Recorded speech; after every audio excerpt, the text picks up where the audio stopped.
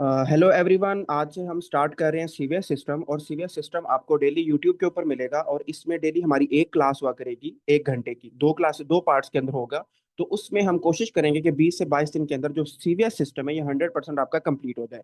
तो अगर आप हमारे साथ रेगुलर रहेंगे तो आपका 20 दिन के अंदर सीवीएस सिस्टम 100% कवर हो जाएगा। तो चलिए जी स्टार्ट करते हैं। आज हम पढ़ेंगे एनाटॉमी के बारे में। तो आप सबको पता है कि हमारा जो हार्ट होता है इसके टोटल कितने चैम्बर्स होते हैं। तो आप सबको पता है कि हमारा जो हार्ट होता है इट हैज टोटल 4 चैम्बर्स, ठीक है। ऐसी है। अगर हम बात करें राइट साइड की तो हमारा जो राइट साइड होती है उसमें ऊपर हम बात करें तो राइट एट्रिया होता है। फिर क्या होता है, राइट वेंट्रिकल होता है। अगर हम लेफ्ट साइड की बात करें तो लेफ्ट एट्रिया होता है। और फिर क्या होता है, आपका लेफ्ट वेंट्रिकल होता है। अगर हम बात करें कि यार जो लेफ्ट एट्रिया और लेफ्ट वेंट्रिकल है इसके दरमियान एक वेल्व है और उस वेल्व का क्या नाम है, तो that valve is called mitral valve. उसको हम क्या कहते हैं, मिट्रल वेल्व। तो इसको डिस्कस करने से पहले हम एक फर्स्ट एड के ऊपर जो आपकी बुक ने पॉइंट लिखा हुआ है उसको डिस्कस करेंगे। तो आप लोग अब जब भी पढ़ेंगे तो आप अपनी बुक सामने रखेंगे। हम उसमें एक एक लाइन पढ़ेंगे। तो आपकी जो बुक का पेज नंबर मेरे पास है डेट इज पेज नंबर 286, ठीक है। न्यू एडिशन जो फर्स्ट एड है उसका पेज नंबर है 286 और इसमें हम पढ़ेंगे एनाटॉमी ऑफ हार्ट के बारे में। देखिए इसमें जो सबसे इंपॉर्टेंट पॉइंट है हमें ये पता होना चाहिए कि हमारा जो दिल है, हमारा जो हार्ट है, इसमें सबसे इंटीरियर पार्ट कौन सा है, मतलब कौन सा ऐसा हिस्सा है जो सबसे आगे पड़ा हुआ है और कौन सा ऐसा हिस्सा है जो सबसे पोस्टीरियर है। तो इसमें अगर हम बात करें कि मोस्ट मोस्ट पोस्टीरियर पार्ट, कि हमारे हार्ट का जो कौन सा ऐसा हिस्सा है जो क्या होता है, मोस्ट पोस्टीरियर होता है, तो उसमें क्या होगा, that is called left atrium. ये बहुत इंपॉर्टेंट है कि most posterior part of our heart is called left atrium. लेकिन अगर हम बात करें मोस्ट इंटीरियर की, तो जो मोस्ट इंटीरियर पार्ट होता है उसमें क्या होगा, उसमें हमारे पास होगा, शाबाश, दैट इज राइट वेंट्रिकल, ठीक है। तो ये दो आपने इसमें पॉइंट्स याद रखने हैं। अब ये पॉइंट्स बताने का मकसद क्या है मैं आपको अभी समझाता हूँ। देखिए अगर आप इस डायग्राम पे आए तो आपकी बुक ने ये लिखा हुआ है कि अगर कोई पेशेंट है और उसमें क्या हो जाती है, उसमें होगी मिट्रल स्टिनोसिस, मतलब उसका जो मिट्रल वेल्व है अगर वो क्या हो जाता है, वो स्टिनोज हो जाता है, उसकी नर्विंग हो जाती है, तो उससे होगा ये कि जो हमारा ब्लड होगा वो लेफ्ट एट्रिया से उसमें लेफ्ट एट्रिया से लेफ्ट वेंट्रिकल के अंदर नहीं जाएगा। जब लेफ्ट एट्रिया से लेफ्ट वेंट्रिकल के अंदर नहीं जाएगा या लेफ्ट एट्रिया को ज्यादा पंप करना पड़ेगा तो लेफ्ट एट्रिया की क्या हो जाएगी, एट्रोफी। तो इस सॉरी हाइपरट्रॉफी। तो जो आपका लेफ्ट एट्रिया होगा इसकी क्या हो जाएगी, हाइपरट्रॉफी।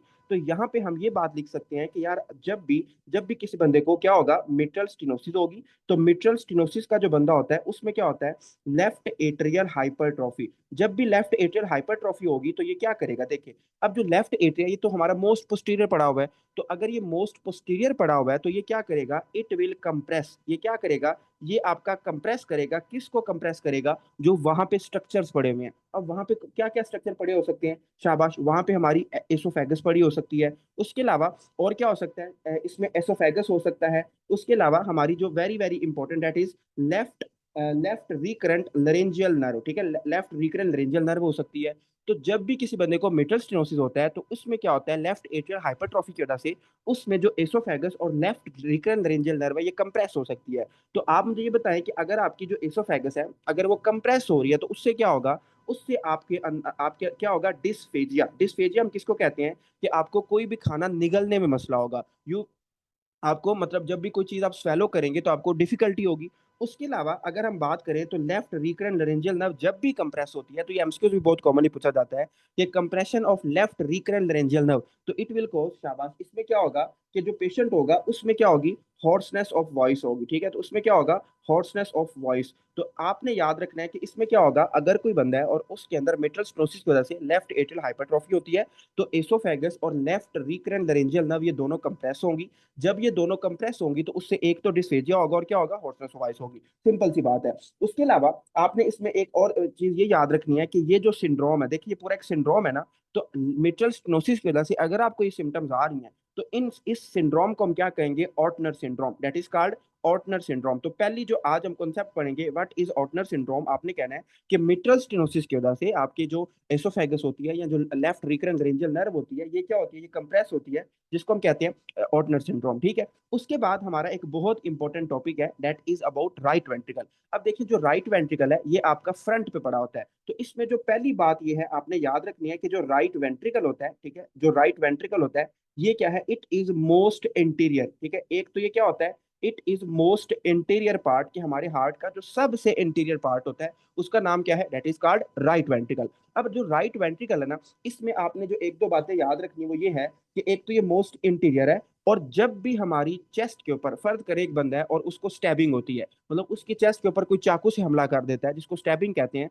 तो स्टैबिंग के अंदर, ठीक है, स्टैबिंग के अंदर या पेनिट्रेटिंग इंजरी के अंदर जो मोस्ट कॉमन पार्ट इंजर होता है ना, वो कौन सा है? That is your right ventricle. तो राइट वेंट्रिकल में दो तीन बातें हैं, एक तो मोस्ट इंटीरियर है, और जब भी हमें स्टैबिंग होती है या फिर क्या होता है कि कोई पेनिट्रेटिंग इंजरी होती है किसी भी वजह से, तो हमारा जो मोस्ट कॉमन एरिया इन्वॉल्व होता है that is your right ventricle. लेकिन अगर आप यूएसएमएलई की प्रैक्टिस कर रहे हैं या यूएसएमएलई की तैयारी कर रहे हैं, तो आपने यू वर्ल्ड के अंदर इसका क्वेश्चन भी देखा होगा। उसमें एक क्वेश्चन में उसने आपको ये बताया हुआ है कि एक बंदा है और उसको स्टैबिंग हुई है, ठीक है, उसको किसी ने चाकू मारा है, लेकिन जब हमने उसका एग्जामिनेशन किया है तो ऑन एग्जामिनेशन जो स्टैबिंग हुई है, मतलब कि आपके जो चाकू लगा है वो किस पॉइंट पे लगा है, जो स्टैबिंग हुई है that is on the left sternal border, ठीक है, वो आपको कहाँ पे लगा है? Left sternal border. तो अब बहुत सारे स्टूडेंट्स ये समझते हैं कि यार अच्छा, अगर लेफ्ट साइड है तो यहाँ पे लेफ्ट वेंट्रिकल होगा, बट ऐसा नहीं है। देखिए, जो हमारा राइट वेंट्रिकल है ये हमारे फ्रंट पे होता है और ये हमारी लेफ्ट साइड पे भी गया होता है, स्टर्नम की। तो अगर आपसे सवाल में पूछा जाए ना, लेफ्ट स्टर्नल बॉर्डर पे स्टैबिंग हुई है, तो इसमें हमेशा जो इंजर होगा वो क्या है? दैट इज राइट वेंट्रिकल, क्योंकि राइट वेंट्रिकल सबसे ज्यादा इंटीरियर भी पड़ा होता है और ये लेफ्ट स्टर्नल बॉर्डर तक होता है। तो चूंकि लेफ्ट स्टर्नल बॉर्डर तक होता है, तो जब भी आपको स्टैबिंग होगी तो आपको क्या होगा? आपका ये वाला जो एरिया है ये क्या हो सकता है? ये इन्वॉल्व हो सकता है। उसके अलावा इसमें और क्या होगा? उसमें उसने लिखा हुआ है कि हमारे पास ये तो हो गया राइट वेंट्रिकल जो मोस्ट इंटीरियर होता है, स्टैबिंग में इन्वॉल्व होता है। इसमें अगर हम बात करें कि लेफ्ट वेंट्रिकल, जो लेफ्ट वेंट्रिकल है वो आपका 2/3 और राइट वेंट्रिकल 1/3 होता है डायफ्रैग्मेटिक सरफेस। देखिए, जो हमारा हार्ट होता है ना, इसका जो नीचे वाला सरफेस होता है जिसको हम इंफीरियर सरफेस कहते हैं, तो दैट इज कॉल्ड डायाफ्रैग्मेटिक सरफेस। तो डायाफ्रैग्मेटिक सरफेस का आपकी फर्स्ट ईयर ने ये लिखा हुआ है कि इसमें दो पार्ट्स होते हैं, मतलब दो चीजें आपके ये सरफेस बनाती हैं। कौन कौन सा? अगर हम बात करें राइट वेंट्रिकल, तो राइट वेंट्रिकल एक तो इंटीरियर तो होता ही है, बट ये क्या बनाता है? ये आपका बनाता है 1/3 पार्ट, ठीक है। अगर हम तीन हिस्सों की बात करें तो उसमें वन पार्ट किसका होता है? राइट वेंट्रिकल का। बट अगर हम बात करें लेफ्ट वेंट्रिकल की, तो जो मोस्टली हमारा इंफीरियर सरफेस बनाता है ना, जो डायफ्रैग्मेटिक सरफेस है, जो डायफ्राम के ऊपर हमारा हार्ट पड़ा हुआ है, उसमें जो एरिया होता है दैट इज 2/3, ठीक है। वो क्या, कौन सा होता है? 2/3 जो पार्ट होता है that is formed by the left ventricle, ठीक है। तो ये कुछ हाई यील्ड एनाटॉमी है जो आपकी फर्स्ट ईयर वाले ने डिस्कस की है, तो अगर आप इसको इस तरह करेंगे तो आपको समझ भी आएगी और आपको आपका थोड़ा सा इंटरेस्ट भी बनेगा। उसके बाद बड़ा ही इंपॉर्टेंट, अच्छा यार, हमारा जो अगला टॉपिक है उसमें हम डिस्कस करेंगे व्हाट इज पेरिकार्डियम। देखिए, जो पेरी मत होता है, पेरी का मतलब होता है अराउंड, एंड कार्डियम का मतलब क्या होता है? हार्ट। तो इस पूरे लफ्ज का मतलब क्या होगा कि कोई ऐसी चीज है या कोई ऐसी कैविटी है जो हमारे क्या होती है? That is around the heart. तो पेरिकार्डियम की डेफिनेशन क्या होगी? कि it is a cavity that is present around the heart, ठीक है। अब इसमें जो इंपॉर्टेंट चीजें हैं वो ये हैं कि हमें पता होना चाहिए कि जो पेरिकार्डियम है उसकी कौन कौन सी लेयर्स होती हैं, ठीक है। तो आपने याद रखना है कि अगर हम लेयर्स की बात करें ना पेरिकार्डियम की, तो जो पेरिकार्डियम होता है ना, इसकी मेन दो ही लेयर्स होती हैं। कौन कौन सी होती हैं? अगर हम बाहर से अंदर की तरफ जाएं, मतलब कि आउटर टू इनर, ठीक है, अगर हम बाहर से अंदर की तरफ जाएं तो जो पहली लेयर होती है दैट इज कॉल्ड, शाबाश, इसको हम क्या कहते हैं? It is called fibrous pericardium. इसको हम कहते हैं फिब्रस पेरिकार्डियम कहते हैं। और जो हमारी सेकंड लेयर होती है जो अंदर की तरफ होती है, हार्ट के बिल्कुल साथ होती है, that is called serous pericardium, ठीक है। इसको हम क्या कहेंगे? That is called serous pericardium. तो जो सीरस पेरिकार्डियम और आपकी फिब्रस पेरिकार्डियम है, ये क्या चीजें होती है? देखिए, these are the layers of pericardium. और फिब्रस क्या होती है? It is outer layer. और जो विजरल लेयर होती है, सॉरी, जो अंदर वाली लेयर होती है that is called serous pericardium. अब जो सीरस पेरिकार्डियम है, इसमें आपने याद रखना है कि it is further divided into two layers. इसमें कितनी लेयर्स होती हैं? दो लेयर्स होती हैं। देखिए, हमारा जो ऑर्गन्स होते हैं ना, इसको हम विजरा कहते हैं। तो हमारा जो हार्ट है ये भी एक विजरा है। तो हार्ट के साथ जो भी लेयर होगी या किसी भी ऑर्गन के साथ जो लेयर होती है उसको हम कहते हैं विजरल लेयर। तो हमारी जो सीरस लेयर होगी, इसका जो अंदर वाली लेयर है जो बिल्कुल हार्ट के साथ अटैच होगी, that is called visceral layer. और उसके बाहर वाली जो लेयर होगी that is called parietal layer, ठीक है। उसको हम क्या कहेंगे? That is called parietal layer कहेंगे, ठीक है। तो ये आपने याद रखना है कि अगर हम अपने पेरिकार्डियम की बात करें तो it has total 3 layers, fibrous layer and serous layer. जो सीरस पेरिकार्डियम है ये आपकी डिवाइडेड है मजीद दो लेयर्स के अंदर। एक को हम कहते हैं प्राइटल लेयर और दूसरे को हम क्या कहते हैं? विजरल लेयर कहते हैं, ठीक है।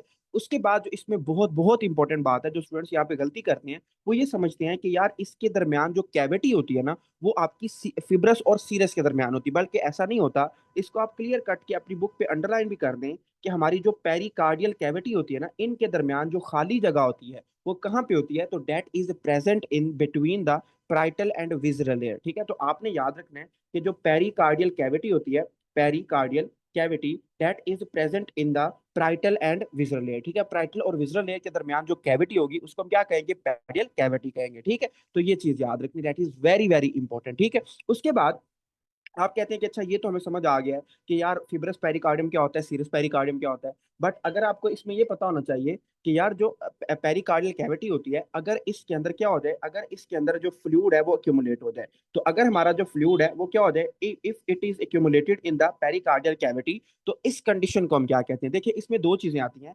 जब भी आपका जो फ्लूइड है वो अगर आपकी कार्डियक कैविटी के अंदर या पेरिकार्डियल कैविटी के अंदर एक्यूमुलेट हो जाता है, तो अगर वो क्या होता है, अगर तो वो सडनली होता है, ठीक है, अगर वो क्या होता है सडनली होता है ड्यू टू एनी रीजन, या फिर वो क्या होगा, या फिर वो स्लोली होगा, तो आपने इसमें याद रखना है कि अगर हमारा जो पेरिकार्डियल फ्लूइड है अगर वो अचानक से हमारी पेरिकार्डियल कैविटी के अंदर एक्यूमुलेट हो जाता है अचानक से, तो it is called cardiac tamponade, it is called cardiac tamponade. और ये प्रॉपर एक हम इसकी जो टॉपिक है ये हम आगे जाके पढ़ेंगे, इसके अंदर हमें बैक स्ट्राइड मिलता है। बट अगर आपका जो फ्लूइड है अगर वो स्लोली स्लोली एक्यूमुलेट होता रहता है आपकी कार्डिक कैविटी के अंदर, तो इसको हम क्या कहते हैं, it is card cardiac effusion. ठीक है, it is card cardiac effusion. तो कार्डिक एफ्यूजन और कार्डिक टेम्पोरेट में आपको ये मेन मेन फर्क पता होना चाहिए। ठीक है, तो इसमें तीन चीजें आती हैं, फिब्रस लेयर आ जाती है, सीरस पेरिकार्डियम आ जाता है। जो फ्लूइड है अगर वो एक्यूमुलेट होगा सडनली तो कार्डिक टेम्पोरेट, अगर आहिस्ता आहिस्ता होगा तो that is card cardiac effusion. ठीक है, इसको हम कार्डिक एफ्यूजन कहते हैं। उसके बाद आपको ये पता होना चाहिए कि हमारी जो पेरिकार्डियम है, ठीक है, हमारी जो पेरिकार्डियम है इसको कौन सी नर्व इनर्वेट करती है, तो इसकी इनर्वेशन कौन सी है, तो it is very very important, आपने याद रखना है। It is innervated by a nerve that is called phrenic nerve. जो फ्रीनिक नर्व होती है ना, ये हमारे डायफ्राम को भी सप्लाई करती है, हमारे शोल्डर के मसल को भी सप्लाई करती है, हमारे पेरिकार्डियम को भी सप्लाई करती है। बट अगर आपसे कोई बंदा पूछे कि यार जो फ्रीनिक नर्व होती है इसकी रूट वैल्यू क्या है, तो ये भी इसको याद रखना बहुत आसान है। तो आपने इसमें याद रखना है C3 C4 एंड C5। ठीक है, तो 3 4 5 कीप द डायफ्राम अलाइव। तो इसको हमने इस तरह याद किया हुआ है कि C3 C4 और C5 ये फ्रीनिक नर्व की रूट वैल्यू है, और फ्रीनिक नर्व हमारे डायफ्राम को सप्लाई करती है, उसके अलावा पेरिकार्डियम को सप्लाई करती है। तो ये चीजें आपने इसके अंदर याद रखनी है। उसके अलावा अगर हम बात करें कि यार जो हमारा पेरिकार्डियम है अगर इसकी इन्फ्लेमेशन हो जाती है, तो if there is inflammation of pericardium, तो इसमें जाहिर बात है कि इसको हम क्या कहेंगे, तो इट इज कॉल्ड पेरिकार्डाइटिस। इसको हम क्या कहेंगे, पेरिकार्डाइटिस कहेंगे। जो पेरिकार्डाइटिस होता है, देखें जो पेरिकार्डियम है इसको चूंकि फ्रीनिक नर्व आपकी क्या कर रही है, इसको फ्रीनिक नर्व इनर्वेट कर रही है, तो जब भी किसी बंदे को क्या होगा, पेरिकार्डाइटिस होगा, तो उसमें हम एक बात लिखते हैं कि उसमें क्या होगा, there will be referred pain. उसकी जो पेन होगी वो रेडिएट करेगी, कहाँ पे रेडिएट करेगी, referred pain to the shoulder, हमारे दोनों शोल्डर्स के अंदर जा सकती है। ठीक है, तो रेफर्ड पेन होगी हमारे बाजू के अंदर, हमारी गर्दन के अंदर, या फिर हमारे शोल्डर्स के अंदर। ठीक है, उसके अलावा ये जो पेरिकार्डाइटिस है हम आगे जाके पढ़ेंगे भी कि जो पेरिकार्डाइटिस का मरीज होता है ना, जब ये क्या करता है, जब ये लेटता है तो इसकी दर्द ज्यादा हो जाती है, जब ये बैठता है तो इसकी दर्द कम हो जाती है, जब ये लीन फॉरवर्ड करता है थोड़ा सा आगे की तरफ झुकता है तो इसकी दर्द कम हो जाती है। ठीक है, तो इसको पढ़ेंगे आगे जाके। तो फिलहाल आपने इतना याद रखना है कि पेरिकार्डियम क्या होता है, इसकी कौन कौन सी लेयर्स होती हैं, जो पेरिकार्डियल कैविटी होती है ये कहाँ पे होती है, और कौन कौन सी लेयर के दरमियान होती है। उसके बाद आपको पता होना चाहिए कि कौन सी नर्व है जो आपकी इसको सप्लाई करती है, दैट इज फ्रीनिक नर्व। फ्रीनिक नर्व की रूट सप्लाई क्या होती है, C3 C4 C5। अगर इसकी इन्फ्लेमेशन हो जाएगी तो इसको हम पेरिकार्डाइटिस कहेंगे। और फ्रीनिक नर्व की वजह से इसकी जो पेन होगी वो क्या होगी, वो रेफर्ड पेन होगी हमारे नेक के अंदर, हमारे शोल्डर के अंदर, और हमारे बाजुओं के अंदर। ठीक है, उसके बाद हम एक बहुत बहुत इंपॉर्टेंट टॉपिक पढ़ेंगे, इसके ऊपर लिखे हैं भी very important, that is the coronary artery anatomy. ठीक है, इसमें हम डिस्कस करेंगे कि हमारी जो क्रोनरी आर्टरी होती है ये हमारे हार्ट के इर्द गिर्द किस तरह लिपटी होती है और इसकी कौन सी एनाटॉमी होती है। ठीक है, तो what is the anatomy of coronary artery. ठीक है, जो क्रोनरी आर्टरी इसकी क्या एनाटॉमी है और इसमें क्या क्या चीजें हमने करनी है। देखिए इसको समझने से पहले मैं आपको एक डायग्राम बना के दिखाता हूँ ताकि आप अच्छी तरीके से समझ सकें। तो अगर मैं रफ सी एक डायग्राम बनाऊं आपके हार्ट की, तो आपका जो हार्ट होता है वो कुछ इस तरह का होता है, ऐसी है। जो हार्ट है अगर हम उसको डिवाइड करें तो आपके हार्ट के टोटल कितने चैम्बर्स होते हैं, देयर आर टोटल 4 चैम्बर्स। ठीक है, उसके बाद अगर मैं एक रफ रफ डायग्राम बनाऊं तो आप सबको पता है कि हमारा जो लेफ्ट वेंट्रिकल होता है ना, यहाँ से क्या निकलती है, यहाँ से अगर हम बात करें तो हमारी यहाँ ना इस तरह से क्या निकल रहा होता है, इस तरह से एओटा निकल रहा होता है। ठीक है, तो मैंने क्या किया, मैंने इसको जो एओटा है ना इसको मैं पकड़ के जरा यहाँ पे बनाता हूँ ताकि अच्छे तरीके से हम इसको समझ सके। ठीक है, तो फर्ज करें कि दिस इज एओटा। ठीक है, ये क्या है, आपकी एओटा है। तो एओटा की बेस पे, मतलब जहां से एओटा आपकी लेफ्ट वेंट्रिकल से निकल रही होती है, वहां से आपकी आर्टरीज निकलती हैं, और उन आर्टरीज को हम क्या कहते हैं, that is called coronary artery. अब आपने याद रखना है कि अगर हम इसकी स्कीमेटिक डायग्राम बनाएं, तो जब तक आपको स्कीमेटिक नहीं समझ आएगी आपको दूसरी समझ नहीं आएगी। तो आपकी एक साइड क्या होगी, राइट साइड, और दूसरी क्या होगी, लेफ्ट साइड। अब अगर हम बात करें कि जो एओर्टा है, इससे जो आर्टरी निकलती है उस आर्टरी का नाम क्या है, तो सबसे पहले एक ना राइट साइड की तरफ आर्टरी निकलेगी जिसको मैंने रेड कलर से ड्रॉ किया है, तो it is called right coronary artery. It is called right coronary artery. जो राइट क्रोनरी आर्टरी है ये आपकी किस में चली जाती है, ये आपकी राइट साइड में जाती है, और क्या बनाती है, फिर आगे मजीद ब्रांचेस के अंदर डिवाइड होते हैं जो अभी हम इसमें डिस्कस भी करेंगे। लेकिन अगर हम एओर्टा की लेफ्ट साइड की बात करें, तो जो एओर्टा होता है इसमें left side, left coronary artery, इसको हम क्या कहेंगे, लेफ्ट कोरोनरी आर्टरी कहेंगे। अब इसको जरा हम डिस्कस करते हैं कि लेफ्ट और राइट कोरोनरी में क्या फर्क होता है। देखिए, जो राइट कोरोनरी आर्टरी है इसमें आपने याद रखना है कि जब ये हमारी राइट वेंट्रिकल तक पहुंचती है ना, तो ये क्या करती है, ये एक इस तरह ब्रांच देगी, ठीक है। जो आपकी राइट कोरोनरी आर्टरी है ये क्या करेगी, ये एक इस तरह ब्रांच देगी, और उस ब्रांच को हम क्या कहेंगे, तो that branch is called acute marginal artery, that is called acute marginal artery, ठीक है। तो जो एक्यूट मार्जिनल आर्टरी है ये आपके राइट वेंट्रिकल की लेटरल वॉल को सप्लाई करती है। उसके बाद हमारी जो राइट आर्टरी होगी ना, ये वाली जो राइट आर्टरी होगी ये हमारे हार्ट के पीछे चली जाती है, और उसको हम बाद में डिस्कस करते हैं, ठीक है। उसके बाद अगर हम लेफ्ट साइड की बात करें, तो लेफ्ट साइड से जो आर्टरी निकल रही थी उसका नाम था लेफ्ट क्रोनरी आर्टरी। जो लेफ्ट क्रोनरी आर्टरी है ये क्या करेगी, ये पहली एक ब्रांच देगी आपके लेफ्ट वेंट्रिकल के फ्रंट के ऊपर, और उस आर्टरी को हम क्या कहेंगे, शाबाश, तो उस आर्टरी को हम क्या कहते हैं, तो डेट आर्टरी जो आपकी फ्रंट से निकल रही होती है, तो that artery is very very important, और उसको हम कहते हैं LAD, that is called left anterior descending artery, क्योंकि एक तो लेफ्ट साइड पे है, उसके अलावा ये इंटीरियर साइड पे है और डिसेंडिंग है, तो इसको हम कहते हैं लेफ्ट इंटीरियर डिसेंडिंग आर्टरी। अभी मैं इसको आपको थ्योरी भी करवाता हूँ, ठीक है। उसके बाद अगर हम बात करें कि यार जो हमारी लैड जब निकलती है तो उसके बाद जो आर्टरी बच जाती है उसका नाम क्या है, तो आपने याद रखना है कि ये जो आर्टरी आपकी बाकी बच गई है ना, ये वाली, इसको हम क्या कहेंगे, तो it is called left circumflex artery. इसको हम LCX से डिनोट करते हैं, तो it is called left circumflex artery, ठीक है। तो जो लेफ्ट सर्कमफ्लेक्स आर्टरी है ये भी आपके फिर बैक पे जाती है और आपके पोस्टीरियर हार्ट को सप्लाई करती है। तो हमने अभी तक जो आर्टरीज पढ़ी हैं उसकी जरा थ्योरी हम सबसे पहले कर लेते हैं। सबसे पहले मैंने आपको बताया कि यार जो हमारी पहली आर्टरी होती है ना, उसका नाम क्या है, तो that is your right coronary artery, ठीक है। तो यहाँ पे हम डिस्कस करते हैं कि हमारी जो राइट क्रोनरी आर्टरी है वो किस किस को सप्लाई करती है। तो आप सबको पता है कि जो राइट क्रोनरी आर्टरी है ये हमारी राइट साइड पे होगी, और ये क्या करेगी, it will supply the SA node. हमारा जो साइनो एट्रियल नोड होता है ना, उसको जो आर्टरी सप्लाई करती है, that is right coronary artery, that is right coronary artery. तो अब मुझे ये बताएं कि अगर जो कि कोई बंदा है और उसमें राइट क्रोनरी आर्टरी ब्लॉक हो जाती है, उसमें कोई इन्फाक्शन हो जाता है या कुछ भी हो जाता है, तो जब भी राइट कोरोनरी आर्टरी के अंदर कोई भी प्रॉब्लम आएगी, तो इससे क्या होगा, इससे जो आपका SA नोड होगा ना, उसका क्या हो जाएगा, उसका इन्फाक्शन होगा। और जब भी SA नोड का इन्फाक्शन होगा, तो SA नोड तो आपके हार्ट का पंप करवाता है, इसने तो आपके हार्ट को इंपल्स जनरेट करनी होती है। तो जब इसका इन्फाक्शन होगा तो उससे क्या होगा, नोडल डिसफंक्शन, मतलब कि आपका एक तो हार्ट रेट स्लो हो जाएगा, तो ब्रेडिकार्डिया, इसमें एक तो हमें क्या मिलेगा, ब्रेडिकार्डिया मिलेगा, या फिर क्या होगा, हार्ट ब्लॉक मिलेगा। मतलब कि इसको हम आगे जाके पढ़ेंगे भी कि हार्ट ब्लॉक क्या होता है, उसकी कौन कौन सी टाइप्स होती हैं, बट फिलहाल इतना याद रखना है कि जो भी लोग जिनको हार्ट अटैक होता है या MI होता है, और अगर उनकी राइट कोरोनरी आर्टरी ब्लॉक हो जाए, तो उसमें क्या होगा, जो SA नोड होगा इसका इन्फेक्शन होगा, जो आप अगर इसका इन्फेक्शन होगा तो इसमें आपको ब्रेडिकार्डिया होगा और आपको हार्ट ब्लॉक देखने को मिलेगा, ठीक है। तो ये आपने इसके अंदर देख लेना है। उसके अलावा अगर हम बात करें, ये तो हमारी होगी ना कि राइट कोरोनरी आर्टरी अगर ब्लॉक होगी तो क्या क्या प्रॉब्लम्स आएंगी,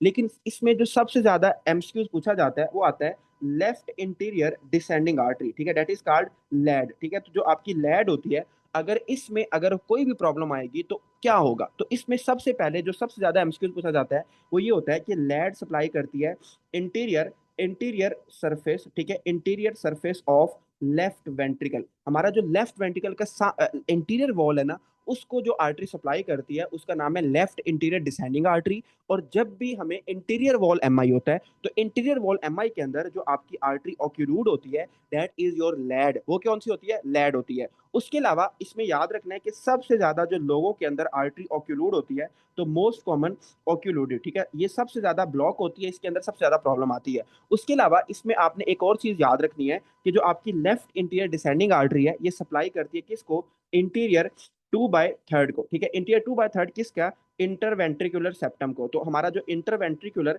सेप्टम होता है इंटीरियर 2/3 ये उसको सप्लाई करती है, मोस्ट कॉमनली ओक्यूलोडेड होती है। Interior surface of left ventricle को ये सप्लाई करती है। तो ये चीजें आपने इसके अंदर देख लेनी है। उसके अलावा इसमें जो सबसे ज्यादा मतलब कि पूछा जाता है वो ये पूछा जाता है कि एक बंदा है उसको इंटीरियर वॉल एमआई है, तो इंटीरियर वॉल एमआई के अंदर विच आर्टरी इज ओक्यूलोडेड, तो आपने याद रखना है दैट इज कॉल्ड लैड। ठीक है, उसमें क्या होगा, लैड होगा, जिसको हम कहते हैं लेफ्ट इंटीरियर डिसेंडिंग आर्टरी। ठीक है, लेफ्ट इंटीरियर डिसेंडिंग आर्टरी। उसके अलावा जो आपकी लेफ्ट इंटीरियर डिसेंडिंग आर्टरी है ना, ये एक चीज और सप्लाई करती है और उसको हम कहते हैं पेपलरी मसल। तो इंटेरो, ठीक है, इंटेरोलेटरल पेपलरी मसल, जो आपके इंटेरोलेटरल पेपलरी मसल्स होते हैं उसको भी ये क्या करती है, उसको भी ये सप्लाई करती है। तो इसमें जब भी आर्टरी के अंदर मसला आएगा तो इन सारी चीजों का क्या हो जाएगा, इस्कीमिया हो जाएगा या इन्फेक्शन वगैरह हो जाएगा। ठीक है, उसके बाद हम आगे चलते हैं और अब हम बात करते हैं अगले की, that is called posterior descending artery. देखिए जो पोस्टीरियर डिसेंडिंग आर्टरी है ये आपके हार्ट के बैक साइड की तरफ होती है और इसमें सबसे इंपॉर्टेंट बात यह है कि पीडीए किसको सप्लाई करती है। तो पीडीए आपकी सप्लाई करती है किसको, एवी नोड को। सबसे पहले जो आपकी पोस्टीरियर डिसेंडिंग आर्टरी है ये आपकी सप्लाई करती है किसको, एवी नोड को। जो एवी नोड है ये आपका सप्लाई होता है पोस्टीरियर डिसेंडिंग आर्टरी से। उसके बाद आपने याद रखना है कि जो पीडी है ये और किसको सप्लाई करती है, तो इट सप्लाइज द पोस्टीरियर 1/3, ठीक है, पोस्टीरियर 1/3 ऑफ इंटरवेंट्रिकुलर सेप्टम। ठीक है, तो आपका जो इंटरवेंट्रिकुलर सेप्टम होगा उसको पोस्टीरियर 1/3 जो सप्लाई करती है दैट इज पीडीए। लेकिन जो इंटीरियर 2/3 था वो सप्लाई अभी अभी हमने पढ़ा दैट इज लैड। ठीक है, वो आपका लैड से सप्लाई होता है। उसके बाद अगर हम बात करें कि जो पीडी है इसकी मजीद कौन कौन सी सप्लाई है, तो आपने इसमें बहुत इंपॉर्टेंट याद रखना है that is your posteromedial. ठीक है, that is posteromedial papillary muscle. हमारे जो ऐसे पेपलरी मसल जो पुस्टीरियर और मीडियल होते हैं उनको जो सप्लाई करती है दैट इज पीडीए। ठीक है, दैट इज पीडीए। ठीक है, तो ये भी आपने देख लेना है। उसके अलावा आपने याद रखना है कि हमारे पास ना एक आर्टरी होती है जो अभी अभी हमने पढ़ा, जो हमारी राइट क्रोनरी आर्टरी से निकलती है, उसको हम कहते हैं एक्यूट मार्जिनल आर्टरी। तो जो एक्यूट मार्जिनल आर्टरी होती है ये सप्लाई करती है किसको, राइट वेंट्रिकल को। ठीक है, तो ये राइट वेंट्रिकल को सप्लाई करती है। तो इसमें जस्ट आपने स्प्लाइस वगैरह याद रखनी है। ठीक है, उसके बाद इसमें बस ये मेन मेन चीजें हैं जो आपने इसमें देख लेनी है। अच्छा, एक इसमें बहुत इंपॉर्टेंट बात है जो मैं आपको करवाना चाहता हूँ। देखिए आपने अभी अभी हमने पढ़ा कि यार जो हमारा पुस्टेरो मीडियल, ठीक है, पुस्टेरो मीडियल पेपलरी मसल होता है ना, पुस्टेरो मीडियल पेपलरी मसल होता है, ये क्या चीज है। देखिए पुस्टेरो मीडियल पेपलरी मसल की सिर्फ एक सप्लाई होती है, तो इट हैज सिंगल सप्लाई। इसमें सबसे इंपॉर्टेंट बात क्या है कि इसके इन्फाक्शन के चांसेस क्यों ज्यादा होते हैं। देखें जो पुस्टेरो मीडियल सप्लाई पेपलरी मसल होता है it has just one supply और उसका नाम है पीडीए, पोस्टीरियर डिसेंडिंग आर्टरी। तो जब भी पीडीए के अंदर मसला होगा तो आपका जो पोस्टेरो मीडियल पेपलरी मसल होता है इसका इन्फाक्शन हो जाएगा। ठीक है, तो इसमें सबसे ज्यादा जो चांसेस होते हैं इन्फेक्शन के वो पोस्टेरो मीडियल पेपलरी मसल के होते हैं, क्योंकि उसकी सिर्फ एक ही सप्लाई होती है और उसको हम क्या कहते हैं, दैट इज कॉल्ड पीडीए। ठीक है, उसके बाद अगर हम बात करें डोमिनेंस की, ठीक है, अब ये डोमिनेंस वाला टॉपिक बहुत इंपॉर्टेंट है, इसको जरा डिस्कस करते हैं। तो सबसे पहले आपको पता होना चाहिए, हमने अक्सर सुना है कि यार फलाना बंदा क्या होता है, राइट को डोमिनेंट होते हैं, तो इनमें क्या फर्क होता है। देखिए इसमें जो मेन फर्क होता है आपने ये चीज देखनी है कि जो आपकी पोस्टीरियर डिसेंडिंग आर्टरी है वो किस आर्टरी से ओरिजिनेट हो रही है, किस आर्टरी से अराइज हो रही है। तो इसमें अगर हम सबसे पहले बात करें आपकी पीडीए की, जो पोस्टीरियर डिसेंडिंग आर्टरी है, ये इसमें मेन कॉन्सेप्ट है। देखें अगर तो कोई पेशेंट है और उसमें जो पीडीए है ये आपकी अराइज हो रही है, ठीक है, इट अराइज फ्रॉम, ये कहाँ से अराइज हो रही है, राइट क्रोनरी आर्टरी से। तो जब भी आपकी पीडीए अराइज होती है राइट क्रोनरी आर्टरी से तो it is called right dominant. ठीक है, इस पेशेंट को हम क्या कहेंगे कि ये बंदा क्या है, ये राइट डोमिनेंट बंदा है। और आपने याद रखना है कि दुनिया के अंदर अगर हम ओवरऑल पॉपुलेशन की बात करें तो 85% जो लोग हैं, ठीक है, 85% चांसेस है कि जो लोग होते हैं वो क्या होते हैं, वो राइट डोमिनेंट होते हैं। बट अगर आपकी जो पीडी है, ठीक है, अगर आपकी जो पीडीए है अगर वो अराइज होती है कहाँ से, तो if it arise from the left circumflex artery, तो लेफ्ट सर्कमफ्लेक्स आर्टरी से अगर ये अराइज होती है तो इस बंदे को हम क्या कहेंगे, it is called left dominant. ठीक है, इसको हम क्या कहेंगे, लेफ्ट डोमिनेंट सर्कुलेशन। ठीक है, it is called left dominant circulation. और ये कितने परसेंट लोगों में होता है, ये सिर्फ 8% लोगों में होता है। दुनिया के अंदर जो 8% लोग हैं वो क्या होते हैं, वो लेफ्ट डोमिनेंट होते हैं।